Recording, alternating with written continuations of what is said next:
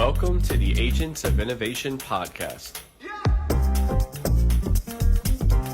where we feature conversations with entrepreneurs, philanthropists, and artists. Welcome back to the Agents of Innovation podcast. I'm your host, Francisco Gonzalez, and I want to welcome another almost Francesco Voltarel. Francesco, welcome to the Agents of Innovation podcast. Thank you very much. I'm honored to be here.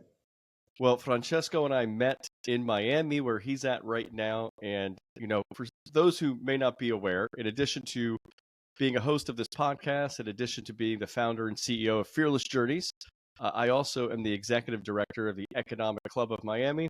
And so that gives me an opportunity to meet a lot of different people in Miami, but especially at Miami Dade College, where Francesco is, he just graduated with his AA from Miami Dade College. So we're going to talk a little bit more about that in a minute. But what I want to remind our listeners is if you're listening to this podcast on, say, Apple or Spotify or wherever you get your podcasts, please subscribe to the podcast and let us know what you think by leaving a comment as well, and perhaps sharing the podcast with others who you think might enjoy this conversation and the more than 143 previous conversations we've had here as well. So really appreciate that. And also, as you know, a lot of the people who have been on this podcast are now featured innovators in the Fearless Journeys community, which is a community where we do live monthly coaching sessions. We have a book club where we bring in innovators and authors to lead some discussions as well. And we have a lot of exciting group trips where we meet with entrepreneurs and innovators all across the world. So really what we try to do is connect you with innovators across the world so you can learn and grow and connect with others, because there's nothing like having a great network. So you could visit fearlessjourneys.org for all of that information to join us live in person or even online in the discussion. So don't just listen to the conversations, be a part of them and learn and connect and make some new friends and maybe some good business relationships as well. So with all that being said, we now return to Francesco here. And Francesco and I met, like I said, the Economic Club of Miami, which I'm the executive director of.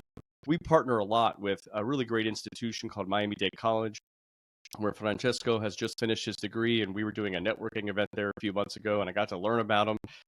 We connected, of course, on LinkedIn. I saw some of his posts. We connected in person, and I thought, man, I've had a lot of podcasts recently where somebody might think maybe I'm down on the American dream, or maybe I'm down on the U.S. because I've had all these expats, that are living now in Colombia and Argentina and all these other places, Mexico, and, former Americans and maybe Canadians who are maybe finding a better life abroad than in the United States. And so sometimes you look around our country now, you see lots of bad news on the media, you wonder what's happening to the young people and where they're getting all these crazy ideas. And then you meet somebody like Francesco. Francesco is not born here. He was born in Italy, and he came here just a few years ago. And I hope that when you hear his story, maybe it'll inspire you that, man, the American dream is still alive and well. I think it is. But we're gonna get to the bottom of that. So Francesco, born and raised in Italy, and you came to Miami right after high school. Italy is a beautiful country. I know my brother and my mom and my brother's family. They just went to Italy for at least their second time in their life. And I've been to Italy once, and so it's a beautiful country. But you left this beautiful country when you were 18 years old. You were in high school. Tell me the choice you made leaving high school and why you decided to maybe skip a year of college or skip going to college right immediately, like a lot of young people do, and come to the United States. Well, thank you very much for the introduction. First of all, just a little clarification. I was actually born in the US, but I lived all my life in Italy. My parents are Italian. By fate, I was born here. And so I was actually able to make that decision and then come here for just what I thought was going to be just 1 year in the beginning. So it all started when I finished high school, and I didn't really know what I was going to do in my life. I had no, even right now, I don't really know, but maybe a little bit of a clearer idea at least. And so I finished high school, and I decided to, instead of, following the traditional path, which all of my other friends did, basically, You just finish high school, you go directly to university in Italy. And, I like that idea, but I also wanted to give myself a chance to explore something different and to see whether I would I had this possibility and I didn't want to waste it, to be honest. I had the possibility of coming here for a series of circumstances. And so I decided to, I'll give it a shot. And my idea was to work in the US for about a year and then make enough money to then basically afford university back in Italy without having to be dependent on somebody else and something like that. And so that's all kind of why it started. But then I came to Miami, and I would say about 4 months in, I realized that I would not go back in Italy where I was from. The reasons are, there's a lot of reasons. The main reason though is the energy I liked. Keep in mind, I'm from like 1,300 people village in Italy. It's a countryside village. So you're not from Rome. You're not from a big city. I'm not from one of the small big country cities. village in Italy. Correct, from the Northeast. And so I was kind of shocked at first. I used to work in Bayside in downtown Miami. And so, every day you would go there and you'll see, I don't know, it's just a feeling, the feeling of the energy, the flowing, the people that come and do this and that. And you get to talk. I used to work in hospitality, and I worked in hospitality for about, I think, 2 years.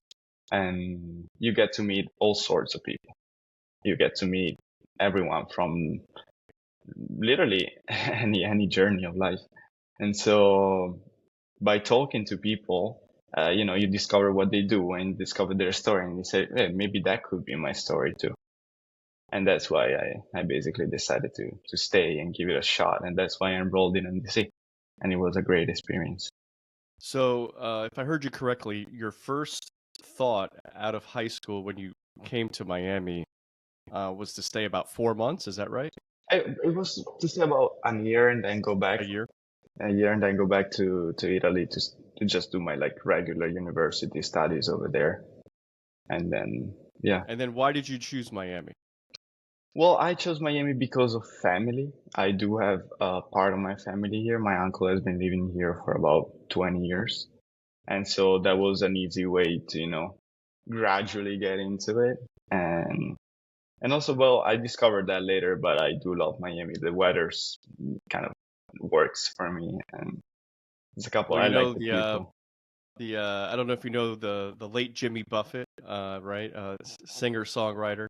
He had a song called "Everybody's Got a Cousin in Miami." And by the way, he wrote this song like 30 years ago. So even today, everyone's got a cousin, an uncle, a brother, a sister, somebody in Miami, right? Yeah. So it really is a magnetizing force now in a lot of ways, especially I think sort of post COVID and everything, a lot of people moving to Miami or even just visiting when I guess Florida was more open and free than most other places. You came here, what, 2021? Is that right? I did. 2021. Yeah, it's about 3 years now. So yeah, 2021. Yeah, so that's in the post-COVID, and I know Italy really suffered a lot through that period as well. So you came here, you worked. Tell me, you're 18 years old at the time, I assume, right? 17, 19. 19. Yeah, high school 19. in Italy is 5 years. Okay. So you typically finish high school at the age of 19 in Italy? 18, 19, yeah, close to that. Yeah, it depends, but Yeah, so you come here. Tell me, you said you were working in hospitality, some different restaurants, I think.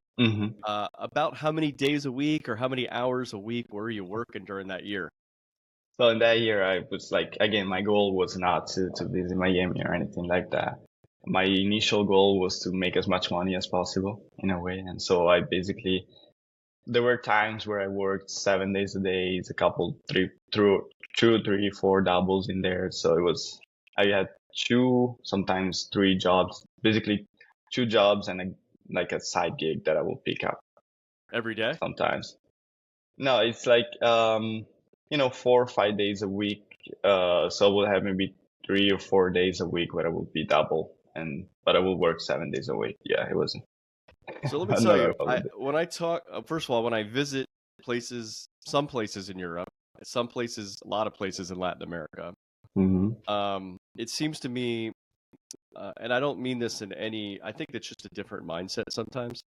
Americans in the U.S., we seem to work a lot, right? Like everything kind of revolves around work and our job. Even our identity, in a lot of ways, revolves around what kind of job we have. In a lot of Latin countries, let's say, maybe in Southern Europe, maybe in Latin America, it seems most people's lives are not defined by their work. It's defined by their relationships, their friendships, their family, and work is kind of like a thing they just maybe have to do to get by. That's what this is my impression, by the way. Yeah. By the way, a lot of these American expats that I've met that live abroad, and maybe some I've had on here, they kind of make the same observation.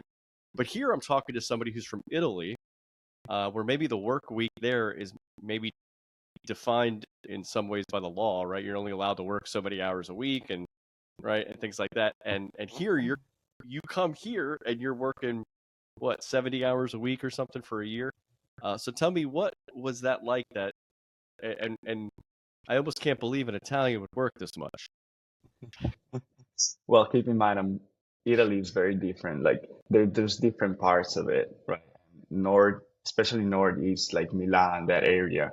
There's a joke, there's jokes about the fact that we just work. That's all we do, right? Especially like people from the south make fun of us because that's all we do. Um, and I come from like my family. My father's a small business owner, so he works. He works a lot, and so it's well, I was kind of used to that as a mindset in the family, in a way, like a work ethic and, getting things done in that way. Um, what else? Well, but there's working here is like, as you said, there's a little more working here compared to like regular relationships, interpersonal relationships, and a little bit of time dedicated to like friends and family. Yeah, that there's a little sacrifice here, I will say, for in the sake of, work. Yeah. Yeah. So okay. So you worked here for a year, all these various jobs, and mostly in hospitality, restaurants, things like that. Yes. And then you decided, you know what? I don't want to go back. I want to stay here. So, and then you decided to enroll at Miami Dade College. So, tell us a little bit more about the decision, why you stayed, and how you came across and decided on Miami Dade College. Well, so the decision to stay again was because I saw the opportunities here, which is it's a very dynamic. Miami now is growing too. At the time, I didn't know how much it was actually growing, but the fact that Miami is growing, I think, is one of the reasons why I was so impressed by its energy and its entrepreneurial spirit in a way, because that's I think what's lacking in a way where I'm from. We have you have the government that has heavy taxations and a lot of regulations that obviously hinders in a way, all of that entrepreneurial spirit that Italian people have, because then you see Italian people in Miami are very successful. So there must be something wrong with the system. And Yeah, yeah, no, no, no, I no, was going to and tell you one of the earliest podcasts I have. I forget the episode number, but you've seen my book, The American Dream is a Terrible Thing to Waste. yeah, Chapter one of my book, I actually start a story with an Italian immigrant who lives in mm, Miami, who I must connect you with at some point soon. His name is absolutely. Davide Proietti, and he outlined all of this for me when I first met him. Because he said, "Man, I love Italy, I love my country," but his father owned a private plane company, and the reason he was in Florida was because they were trying to move parts of the company to Florida to do the manufacturing here Hmm. because the laws were so much more free and more favorable to businesses, more business Yeah, friendly compared to Italy. And it was like kind of insane. I mean, one of the stories he told me was they literally, in Italy, they caught one of their employees stealing from them and they had it on video camera. And so when someone's stealing from you, first of all, that's a crime. Second of all, they work for you, you fire them. you Like it's cannot, common sense. you He cannot. said, well, in Italy, we fired the person. Then they took us to court. And in the Italian court system, they told us we didn't fire him properly. We didn't go all through all the steps and blah, blah, blah. And we not only were improper doing that, we had to hire the person back and pay them back pay for the days that they missed. Um, and he said this is like insanity. So he said that was like the tipping point, like the final thing that said we've got to leave Italy. Unfortunately, this is the country we love, but we're going to leave. And they found a more favorable working environment in the U.S. They have since sold the company, and so there's another part of the story there. But anyway, Davide is now a lawyer in Miami. No, it's unfortunate it is. It's simply against common sense, like why would you have to do that? But those are stories that you hear every day. And so it's like, and again, as I told you, I had the possibility to come here because of my family situation in a way. And by the way, I apologize for the cat. I think she I saw hear the something cat. else. Yeah, I that's right. The cat think she just saw, wants to be on the podcast. yeah, she does. She does. I think she saw something outside her. Well, anyway. Um, so, you hear a lot of like when you're growing up, obviously people, that's all we do in Italy, unfortunately. Also, that's another thing we like to complain a lot.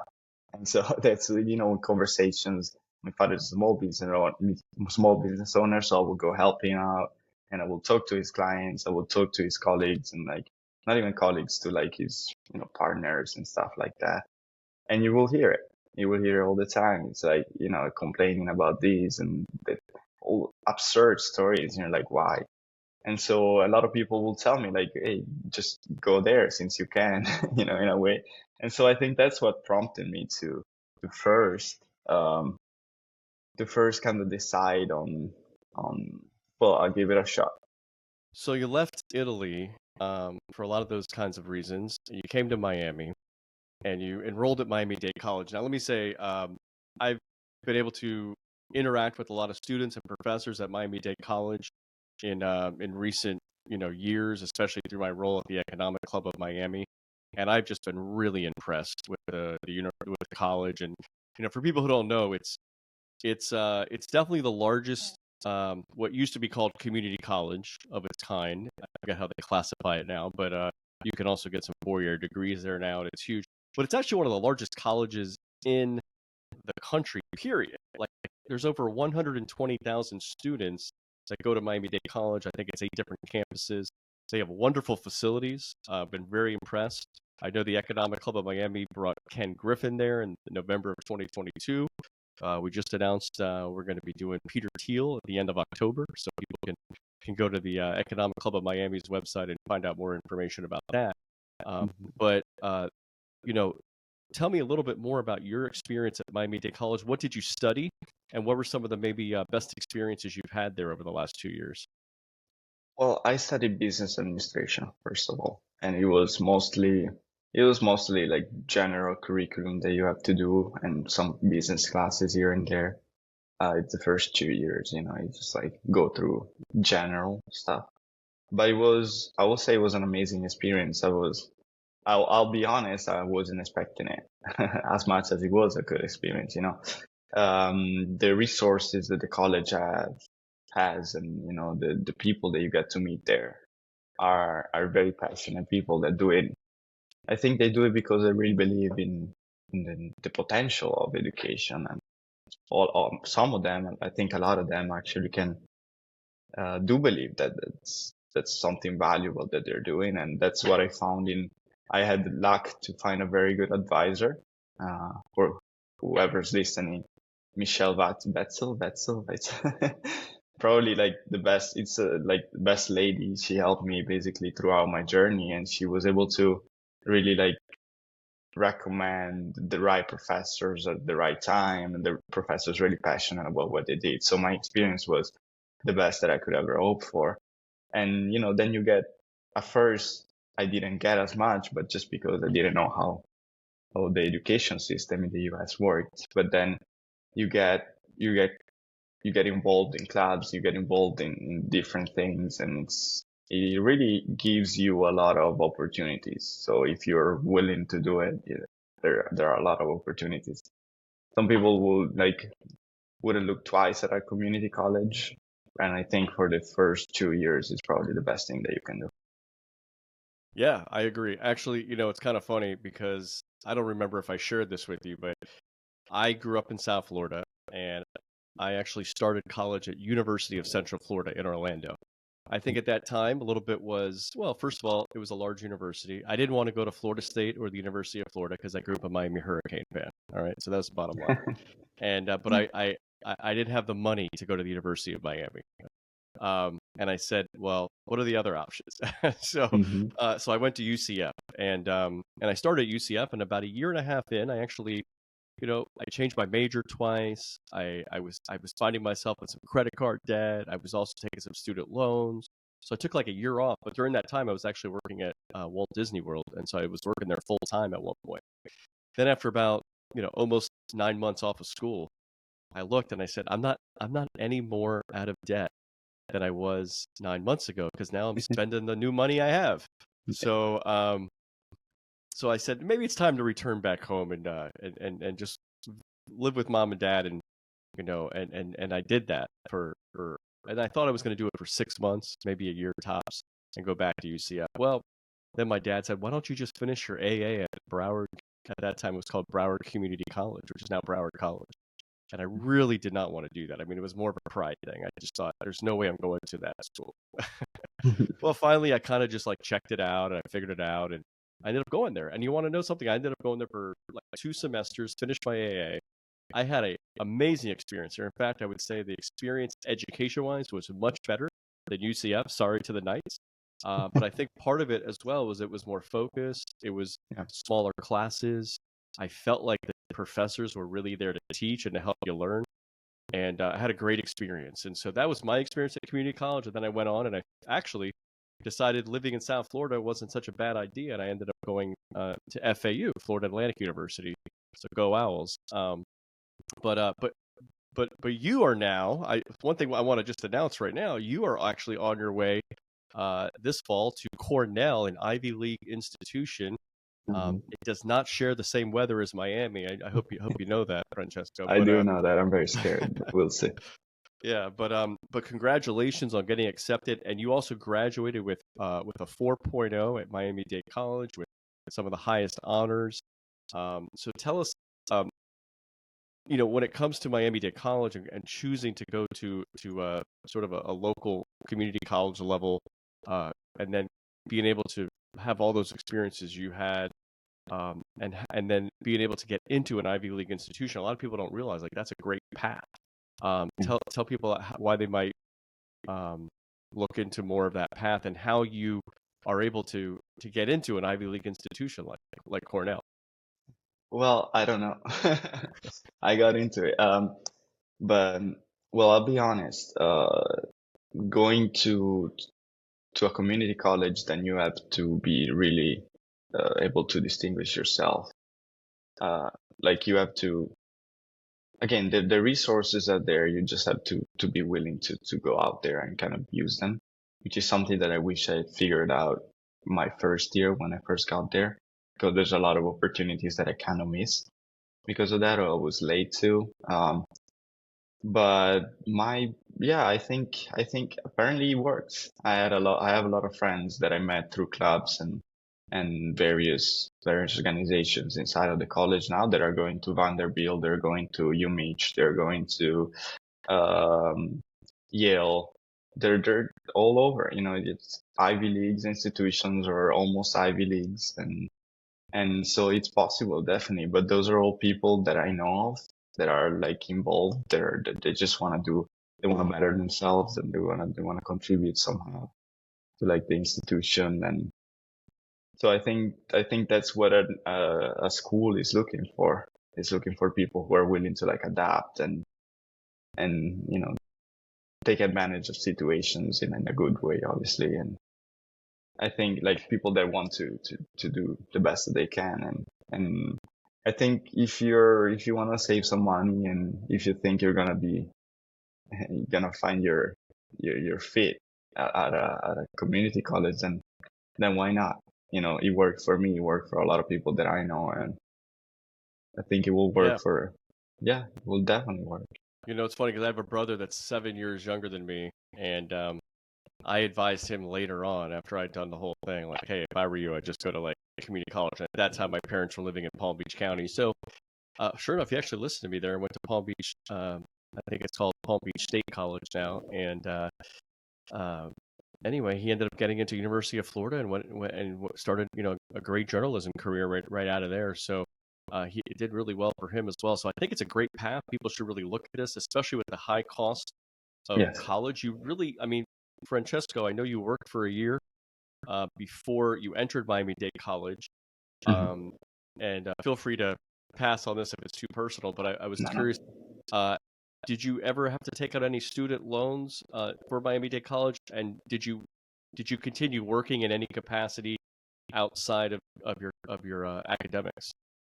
Well, no and yes. So no, I didn't have to take. Well, I managed to save some money throughout that year. I mean, working double apparently helps, and so a Yeah. little bit. And so I managed to save some money, and then I continued working throughout my 2 years. Actually, I never stopped working, and so I just changed my job. So at first I was working still in the service industry, in the hospitality industry. I'm sorry. And so I kept working in the hospitality industry during weekends. I would pick up some shifts here and there during the week. And then I got an internship opportunity through through my hospitality job. I met some people there, and so I got my first internship opportunity there. And then from that point on, throughout the college, I started working at later on for my second year. During my second year of college, um, I started working in this department of the college called the Idea Center, and I will work there during the week, do part time, and then during the weekend I will work in the restaurant.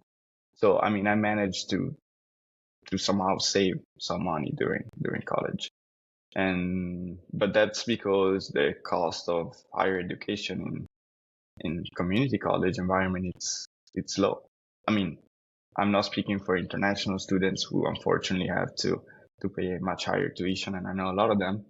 But you can definitely do it. It's like you get some maybe financial aid. I didn't get it really, but you get some like scholarships there here and there for $1,000, $800 a year, and that helps you throughout. But even if you don't, I mean, I think for less than $6,000 a year, you're able to have a very, very good education. Yeah, I totally agree. And one thing else that should be said for Miami-Dade College, particularly, is just the large number of international students. So this is students that, like you mentioned, they have actually come from another country and they've come right to Miami-Dade College. But there's also just so many that I meet there that were maybe born in another country but raised in Miami, like Hmm. so many Cubans and Venezuelans as an example. Yes.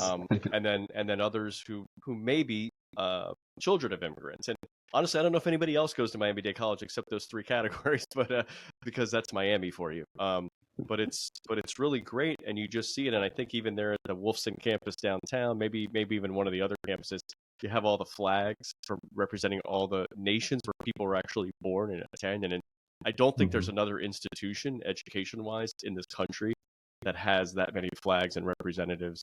So Yeah. it makes Miami a special place, and Miami-Dade College a special place as well. Yeah. Well, at the graduation the one that I attended for my AA, I think they presented all the flags of the people that were graduating. Like, even if there was only one people graduating from that country, and I think there was, I don't know, 190, 180 flags being That's crazy. displayed throughout the ceremony. It was very nice though. Like it's special. That's another thing. You get to know so many people. I have Polish friends. I have Colombian, Venezuelan, all South American friends, and you meet people from Russia, from Middle East. It's amazing. You get to share cultures, and that's the beauty of Miami in a way. Yeah, so I want to go back to a few things you said, but Hmm. first I want to just kind of pause here and hopefully crystallize for the listener a lot of things you've said already in the first 30 minutes of this conversation that I hope Hmm. people can learn from because I really firmly believe it. I don't want to have to plug my book again. The American Dream is a terrible thing to waste, but I outlined some of these characteristics in the introduction. And I just love when I have conversations just confirm some of these characteristics. But let me tell you some of the things you said that I hopefully can crystallize. First of all, I think so many people, great entrepreneurs, and I'm not.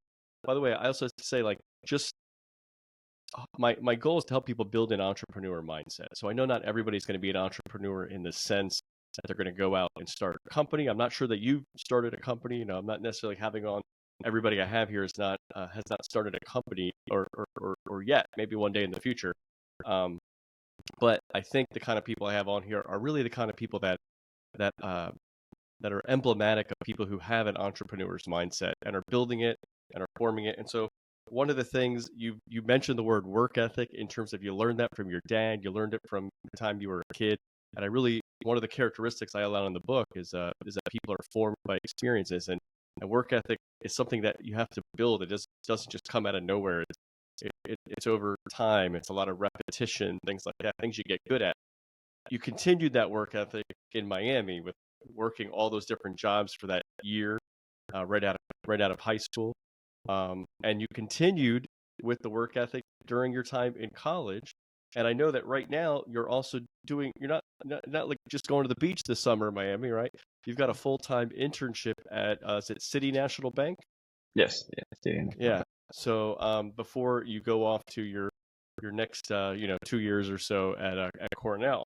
The other thing though is you referenced a mentor, and I think it's so important. I talk about entrepreneurs are intentional and with their time and with everything that they're doing, they learn from others, and we're all lifelong learners, and so I think it's so important to have a mentor, and that mentor you had in the your mentors are going to shift and adapt over time. You're going to have different mentors over time for different purposes, and you had one for the exact right purpose you needed it during this time, and hopefully you'll probably have a lifelong relationship with her.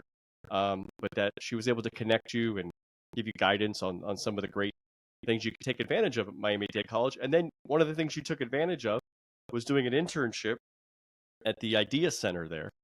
And you also mentioned that yourself and some of the other people that are going off to great schools to finish your 4-year degree. Some of these people I've met as well, but you've all been very involved, like outside of the classroom. So I always like to say, education's not limited to the classroom. And one of my favorite people at Miami Dade College, Pamela Fuertes Verde, who's the dean of the business school, she's always telling me how she understands how so many students they don't have time to get involved in all these extracurricular activities because maybe they're working, they've got a lot of other responsibilities. They're a lot of them, maybe they struggle with just getting the work done from their classes, but that the students that are able to take advantage of the opportunities from an extracurricular perspective, there's, like you said, there's so many resources Miami Dade College offers, and I really think that's something students should do more of, is really try to take that time to take advantage of the resources of the college, the clubs, all the other activities, maybe some of the guest speakers, because that's where you form connections and meet people. And there's nothing, like I said before, there's nothing like forming connections. And then finally, I like to say, I always like to say travel is something that gives you a lot of great perspective as well. And I know you like to travel as well. You just traveled back to Italy recently as well. But I think one of the most important things about travel and why it gives you different perspectives is you get to meet different kinds of people from all over the place every day. And there's not, like you said, a much better institution than Miami Dade College to do that, where you've had the ability to meet people from over 100 different countries that just graduated in your graduating class this year alone. And so the ability to then go out into the world after this institution experience and all these different people you've met, you see the world from different perspective. You also kind of learn, about people from different cultures, and you learn those cultures and some of those backgrounds. That's what I love about travel. But you were able to also have that kind of experience at Miami Dade College. So I just wanted to pause and highlight these things for everybody. But also, I want to ask you a question about this internship at the Idea Center. Tell me a little bit about what the Idea Center at Miami Dade College does, and why the internship was so impactful for you, and what your role was. So yeah, I mean that's another, as you said, basically to echo what you said. It's exactly like I got this internship opportunity because I attended one of their events, and so which at the end of the day, I'm not sure I can define it as an internship. It was probably some sort of a part-time job, internship. I was officially a student fellow there. And so it all started when there was this event at a consulting firm based in Miami. And at the time I was interested in consulting. I would just wanted to kind of check it out and see how that was all about. Again, another of the great things that Miami Dade College offers are those, you actually get to go on, especially right now that Miami is growing so much, you get to be part of these events that go into to see basically the work life in these very, very nice firms. Like the last event, we went into Blackstone office. I mean, that's Ivy League level, Yeah. and you get that at a community college. So you're actually able to get a lot of nice connections and stuff. And that's what I did. And I got to talking to the executive director, Alejandro Gonzalez, which is one of my favorite people. And He's got a great last name. Yes, definitely. And so I got to speak to him. I got to speak to at the time, now the program manager. At the time, she was doing social media for the team, and I got to speak to them. And so at the end of the event, they said, "We need some help. If you want, we have this part-time position open." And I said, you know what? At the time, I was working a different job and I didn't have time at all. And so I I think I thought it for like maybe a month, and then I got back to them and it all happened, and it definitely changed. I wouldn't be going to Cornell this fall if I didn't get the chance to work there, to meet those people and to form those connections. It was such an amazing experience. You get to work inside of the college, and you get to be part of building entrepreneurship relationships. But not only, you had to, what the Idea Center does is basically foster entrepreneurship in the college, in the community, not only the college, but also the community. So you get to see the behind the scenes of organizing events, meeting with people, and, inviting speakers and organizing events with companies. And so it's really the behind the scenes of those events. And well, what I used to do was communications. Well, I didn't start like that. I started with social media, and then I kind of moved into communication. And it was a nice journey. I worked there for about a year, part-time.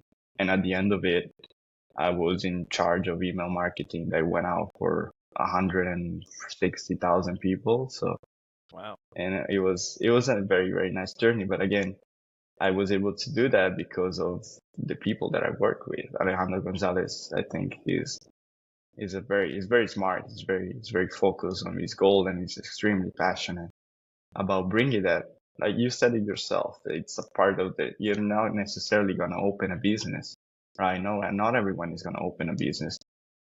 But the important part is that everyone grows this sort of entrepreneurial spirit. And I believed in that, and that's why I was happy to join them. Yeah, that's fantastic. So sounds like you had a great experience there with the Idea Center. You mentioned something before too. I forgot to ask a follow-up on, and I think it was when you were working in a restaurant or something you mentioned, and someone you met, like a customer, Yeah. helped you get a connection to another job or internship, which is also something interesting because tell me a little bit about that. So it was actually the same customer that then offered me a position. The lady's name is Silvia Mariani. She has a company based in Italy that they have they also have a company here, like connected to the Italian company, obviously. And so they were traveling in the US. They're very close to Miami Dade College. They actually organized a very nice event about, I think, January or February of this year, and in Miami Dade College. And so they were dining at the restaurant, and I had the chance to talk to them, to tell them my story a little bit. And I guess they liked me. And so they said, we have these internship opportunities open, and if you want. And so they gave me their business card, and, it came to be. And I work with them. Right now, I'm still in a collaboration with them. So if they're doing something in Miami, And I don't have the time to be working full time or part time for them anymore. But I do. We do partnerships. Like they have to launch a product of sort, or they had to do an event. I'm always there, and it's a pleasure to help them. I believe in their mission, which is, I think, this is the most important thing. They want to bring Italian businesses to the US. There's a lot of value in Italy that it's not being that it's not really again valued. I don't even know. It's like there's value there. There's work ethic. There's passion. There's quality, and all of those things will do great in the US, I'm sure, and they already do. Just think about the cars and the brand of Italian brand, what that really is, and so they bring that here, and so I believed in their mission, and I still do, and sometimes I collaborate with them, but it all came to be thanks to a restaurant experience. So Yeah, so there's a few things there I want to pick up on. The first thing though is kind of what you were ending with there, and that was there's a lot. I experience this all over the world, by the way, anywhere I go, like most places I go. There's a lot of hardworking people everywhere. I mean, like I've spent a lot of time in Guatemala, Latin America. There's a lot of people with a lot of great ideas. Maybe they don't have the capital, maybe they don't have the framework, but it does seem to me that there's something different about the United States of America. That the environment here, I think part of it might be the legal system, the laws, the Constitution. We have the right to try. We have the right to fail.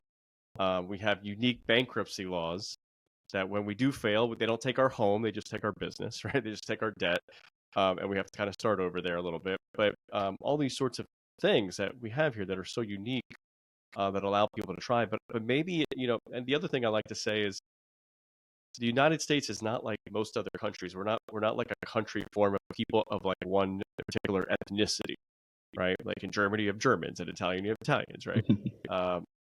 And maybe in the Americas, it's a little different because we have people kind of from all over, but especially in the United States of America, we have people from all over. But what I like to say is the American DNA, the one thing we share is that entrepreneurial spirit, and that's why we can't lose it. That's why we can't give up on it, because it is the backbone of our country. But can you say something? I mean, I don't know, as somebody who has come from another country, and obviously Italy, because I kind of say like what you mentioned just a second ago with this company that you were helping, and they're trying to help Italian businesses get restarted, I guess, in the United States, right? Have a place here in the United States, and when they're here, they thrive. Versus when they're in Italy, they have so many obstacles, and they have, maybe things don't thrive as well. But for some reason, all these innovations come out of the United States. I mean, almost every major innovation we can think of in the last 150 years has come out of the United States, except those Ferrari cars. I'll give those to Italy. But the but anyway, what is it about this environment here in the United States that you might see from somebody who's lived outside of it and now inside of it that might be different? There's definitely a lot of government support towards entrepreneurs in every field. We saw that with COVID. We saw that, we see that every day, as you said yourself, and bankruptcy laws and a lot of incentives to basically be an entrepreneur. And that's, I think, when you have the system on your side and it actually supports you when you try and take a risk, it's a risk every time you decide to do something, with your company. But every time you open a company, it's a risk. And in Italy, you get kind of punished for it sometimes. I'm not saying that there cannot be successful companies. There's plenty, but there's a lot of regulations. There's a lot of obstacles that are the government and the system is actually putting in between you and your goals. And here there's not as many, and actually there's a lot of help. I was shocked when I started working at the Idea Center. We were on the same floor as Goldman Sachs, 10,000 small businesses, which helps small businesses grow, and medium to small businesses scale and elaborate their ideas. The same thing that the Idea Center does for community and for free. So there's a lot. There's grants available. There's support. Which again, there's also in Italy now. There's with the European Union. There's something going on in that sense. but there's a lot of obstacles that are not here, and so I think it's much easier, much faster, and some people could criticize that, as you said yourself, the story that your friend told you of they like difficulty in finding people. Even that, a lot of people could criticize that. I personally don't, because I've seen the aftermath, and like it's I've seen the results of too much regulations in a way, and I've seen the results of maybe less, in a sense. And there's positives and there's negatives in both of those, but if you just look at the facts, it seems like less is working, in a sense. So another question kind of built off that. So a lot of people here in the US, it's kind of funny. I think some people might be listening to this and might say, wait, the government in the United States is supportive of entrepreneurs? Because a lot of entrepreneurs think the government is kind of too oppressive or too much regulations and things like that. So, I mean, everything's all points of comparison, right? I mean, we could compare it to how we felt the country was 20 years ago or 40 years Yeah. ago, or how it is Yeah. compared to other countries, right? All these things. So with that being said, one maybe just a pivot from that question, I just want to ask, because I see somebody like you, and I actually say this in my book, a book that was published a year and a half ago, and I just met you a couple months ago, but I say a lot of times people who have been born and raised in the U.S., we look around and we see opportunities drying up. We have a lot of things to complain about. Maybe our taxes are higher, or maybe the cost of homes is higher, especially compared to the salaries we're making. Maybe inflation, all these sorts of things. Then I say immigrants walk into this country and they see opportunities everywhere, and they go after them. And of course, people say, "Oh, immigrants are taking our jobs," things like that. Well, they're taking jobs. They're taking any job they can get, in a sense, because they just see opportunities everywhere. And that's why I say, like, the entrepreneur mindset is really the immigrant mindset, because entrepreneurs see opportunities where other people may not. Immigrants see opportunities where a lot of people born and raised in the U.S. do not, and we like to complain. And I also look at young people your age and your early 20s. A lot of complaining there going on too, right? A lot of kind of entitlement mindset, things like that. You know, the government owes me this, or my parents owe me this, or the school owes me this, or whatever it is. I feel like they're owed something. And I think a lot of them have some rightful complaints, in that they were sold a system, an idea that hey, if I get a college degree, there's going to be this job waiting for me, and it's going to be really high paying, and then I could afford a home, and then I could afford to raise a family, and all these sorts of things. So you see a lot of breakdowns and a lot of these things going on right now, and maybe the young person feels frustrated.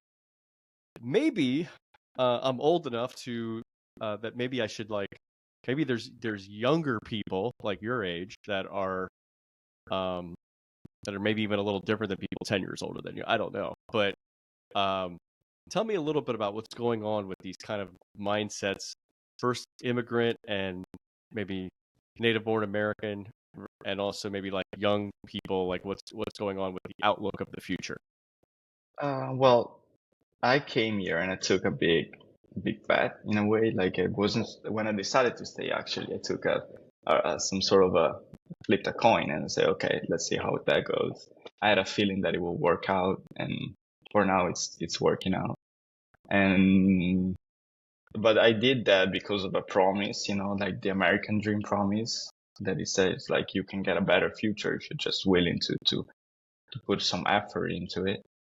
And there's a lot of obstacles into it, obviously coming from a different country and such. But you see probably what it's like when you see a person after you haven't talked to them in maybe a couple of years, and you see how different they are, right? And so you see this country, and for me it's so much different than my country in terms of social mobility and opportunities, and of course, people that have been living here, they just notice, because it's natural. They notice that their defects and issues, and there's a lot, obviously, but there's also a lot of opportunities. I feel like you just if you're really, really willing to go after your goals and stuff like that.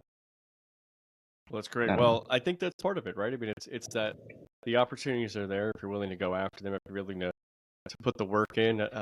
Work is work. It's not easy, right? Yeah, But like I mean, your story reflects is work is not easy, but through work you're going to have opportunities. One thing I just thought about when you had those people who were customers who gave you who started talking to you, they started asking your story. I'm sure there was something that caught their attention. Maybe it was your great personality. I know you're a very, very friendly person. Maybe they were just observing your hard work around the restaurant. One of the things I like to say is it's just I've learned it through my own life and experiences. It's happened over and over again. You never know who is observing you. Like you just do your job, do it well. yeah, I mean, when I was in college at UCF, there was one semester I worked at Taco Bell, right? And at that time in the late 90s, I was making $5.50 an hour, which isn't even minimum wage today, right? But it was a little bit above minimum wage. I think minimum wage was 5.15 then. But you know what? I just was like, I'm just gonna enjoy the time here. I'm gonna do my work. Like I'm getting my little paycheck that I'm getting, and it's something. And I was really I say this I use this example a lot, but I was like, I'm gonna make this the fastest, smoothest Taco Bell drive-through the world has ever seen, and I just wanted to yes, make it efficient. I just like wanted to. It was just like a game to me, like how fat what's the slow up here? Why am I waiting on tacos to put in the bag? What if I just walked 5 steps over there and grabbed them and put them in the bag myself instead of waiting for something else? So like little things in the system you can like correct. I'm sure you were doing things like that around the restaurant, and being efficient and being friendly and being where you caught somebody's attention and then they said, hey, let's engage a conversation with this person, and then they gave you an opportunity and then they hired you, and it wasn't like you must not have been bad at the job because they continue to have you there, and now even when you don't have the time they still want to have your talents to help them. So I think work will create opportunities as well, and sometimes it's just connections to new opportunities. yeah, and definitely. And you just have to. That's what I think. And some people may disagree, but I think just you have to do the best with whatever you're given. And so you have a minimum wage job, then you do probably the best that you're. I think the NVIDIA CEO said it when I was bussing table, I was the best busser that they ever had. And so you always Yeah. have to, you always have to be the best that you can. And then people notice here, especially there's stories, there's plenty of stories of people that were working in restaurants or in diners, and someone noticed that they were hard workers, and why can't you put that into a different field, or just if you're willing to learn, you're willing to basically do anything, Yeah. and So, everything. okay, Francesco, so you're now off to Cornell this fall. And tell me what are you studying there? So I'm gonna be studying applied economics and management, with a concentration, I believe, in finance. I still have little bit of time to decide on my concentration, but I think I'll pick finance. For now, I'm pretty much set on it. And yeah, and with idea of getting a career in that field, just to kind of understand how that works. And then if I really like it, I'll stay in that field. If not, it's great experience to bring to something else. Yeah, fantastic. So, we know you're going to be going to upstate New York, and I think I was telling you this the last time I saw you. At the very least, one of the great things about those some of those Ivy League universities and where they're at is you're going to have a lot of work. It's going to be tough, but the weather is so cold, you won't even have the option of going to the beach, so you'll just be in the library the whole time. Yeah, definitely, definitely. I'm very scared about the cold. I didn't like it when I was in Italy. I'm from the Northeast, so you will occasionally snow. It was cold. I'm just hoping that it's not too humid, but I guess I'll see. Well, we know you still have family in Miami and that you'll be visiting Miami. And obviously, I'm very bullish on Miami, as I know you are. And Wall Street has been moving a lot of jobs to Miami. And if you're looking to Mhm. go into finance, I think there's a lot of opportunities. And by the way, you speak fluent Italian, right? Yes, Obviously. well, that's my And do you first. speak any other languages besides English and Italian? I understand almost everything aside from like very strict dialects or um, like way of speaking that they kind of like, don't understand, but I do understand Spanish and I speak it a little bit. I never really picked up a book on Spanish or done anything like that. It's similar in structure to Italian and in vocabulary. And so by working in restaurants, I kind of picked that up. But I just speak Italian. Italian is my first language, as you can tell by the accent. So Yeah. that I Well, cannot quite and get also rid your of. story being raised mostly in Italy. But Yeah. well, the one thing I like to tell a lot of young people, especially living in Miami or something, is there's so many jobs, especially in finance and things like that, that are especially a lot of the companies that are moving more and more offices to Miami. You mentioned Goldman Sachs, J.P. Morgan, Citadel right now in Miami, and they are a lot of them Blackstone. have accounts that are in that are all over Latin America and the Spanish speaking world as well, and they need Spanish speakers, Yeah. and so I think you've got a lot of opportunities for if you have a second language or even a third language. Gosh, every language you have is going to be more and more important, paired with the skills that you're going to learn in at Cornell, plus some of the internship opportunities that you have had, and I'm sure you will have in the future. All those things are going to help give you a leg up. So if you want to come and work in Miami, or if you want to go to New York or somewhere else, Yeah. I'm sure you're going to have a lot more opportunities with all those different experiences. I wouldn't mind working in Miami, to be honest. I like the working culture here. It's a little more similar to some what Europe work culture looks like in a way. People are a little more relaxed in a sense, and so I do like that. There's other values besides work. I'm sure when I go up to New York and hopefully I'll get an internship for next summer in the place where I want to get it. It's the culture is going to be a lot different, but I'm willing to I'm willing to do it. But I do eventually want to think about coming back. I was impressed by this city. I was impressed by the people that are moving down here from New York actually, and from North and West Coast in general. So I think it's growing. A lot of companies have a lot of plans.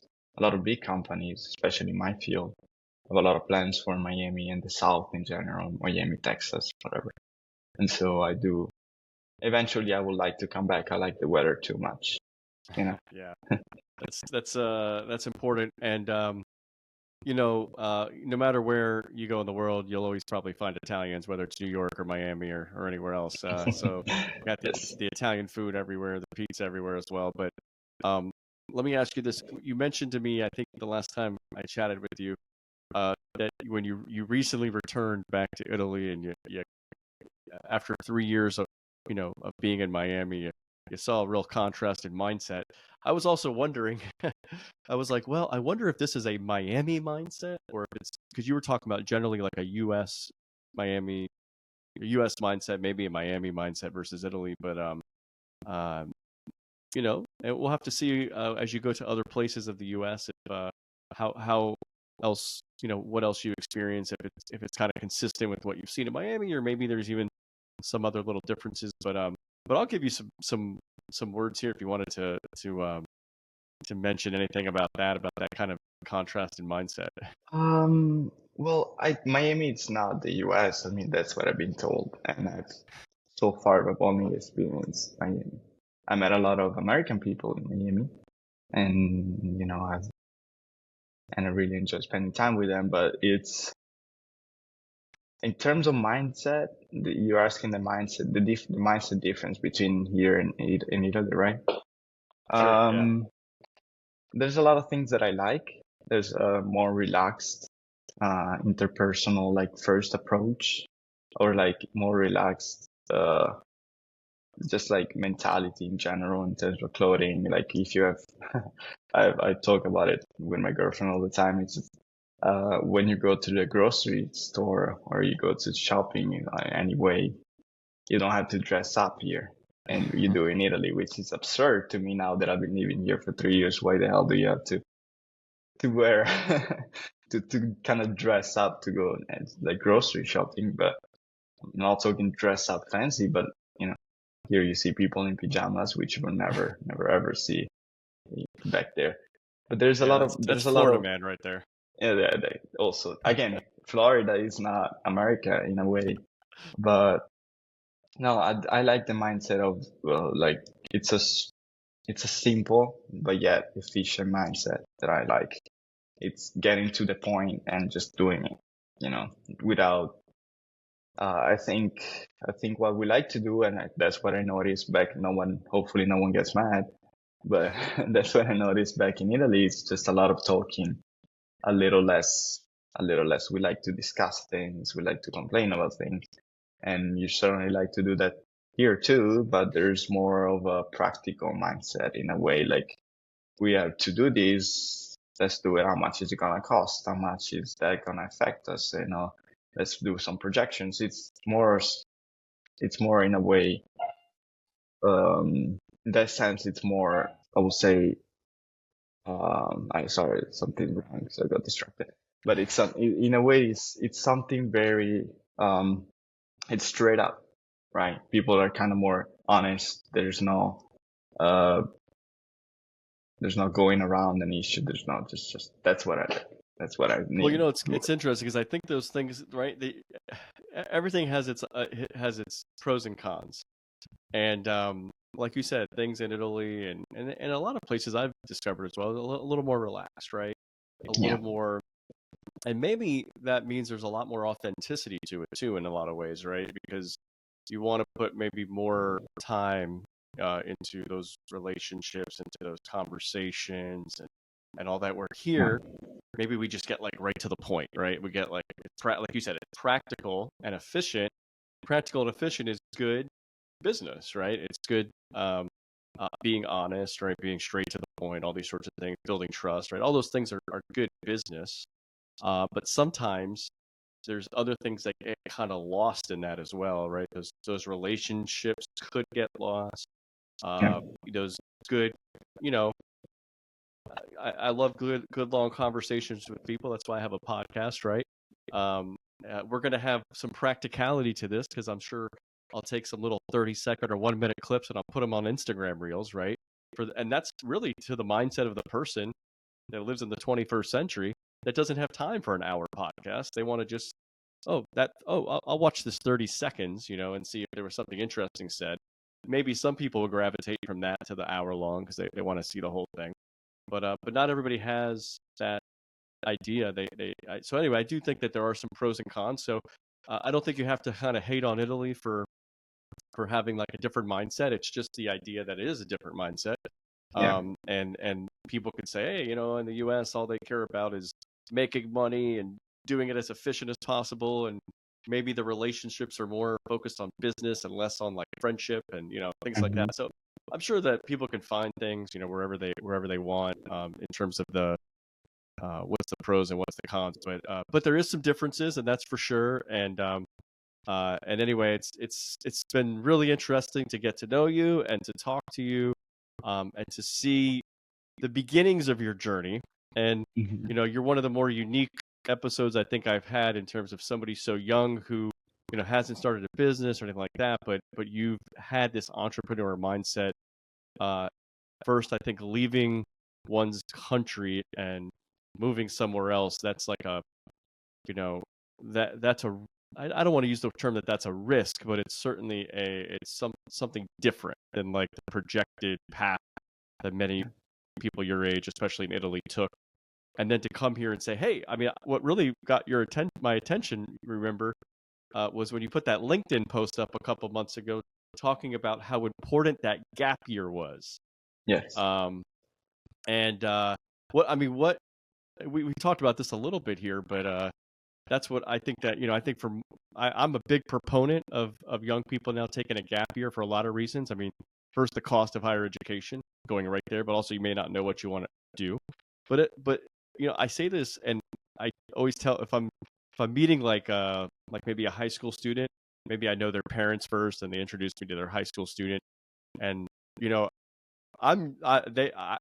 every parent hates it when I tell a student you should consider a gap year. They're like, what are you talking about? My son or daughter is going to X university or whatever, and I'm proud of that, and I want them to go. And so, but I think what's lost in there is they might still go to college. Francesco Yeah. here still went to college. He had a year of work experience behind him. He had a year of saving money. Maybe he formulated in his head a little bit more of what he wanted to do. He got some connections, and he was able to then go to college with more confidence and strength.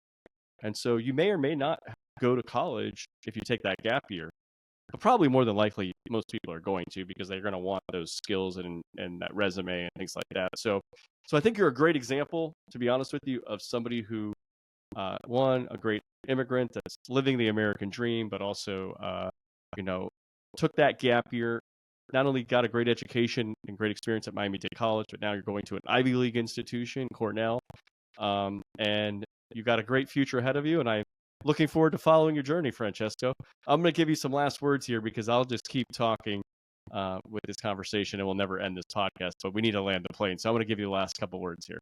It was a pleasure to be part of it. It was a pleasure to get to meet you. I'm sure in the future we'll have other occasions and to kind of follow up on whatever you are doing, whatever maybe I'll end up doing. It'll be nice. And it was, again, thanks to MDC, we got to kind of meet each other, and thanks to our shared ideas and goals and stuff. We That's get to great. be on this podcast. Yeah. Well, thank you so much for being an agent of innovation and for being on the Agents of Innovation podcast. And for those who are watching, listening, whether you're watching on YouTube or listening on any other platform, please don't forget to subscribe, like, comment, and let us know what you thought about this. And that will help us also raise the podcast level of interest so that more people could hear Francesco's story and those of some of the other innovators that we've had on this podcast. So thank you so much for listening. And thanks, Francesco Voltarel, for being an agent of innovation. Thank you for having me.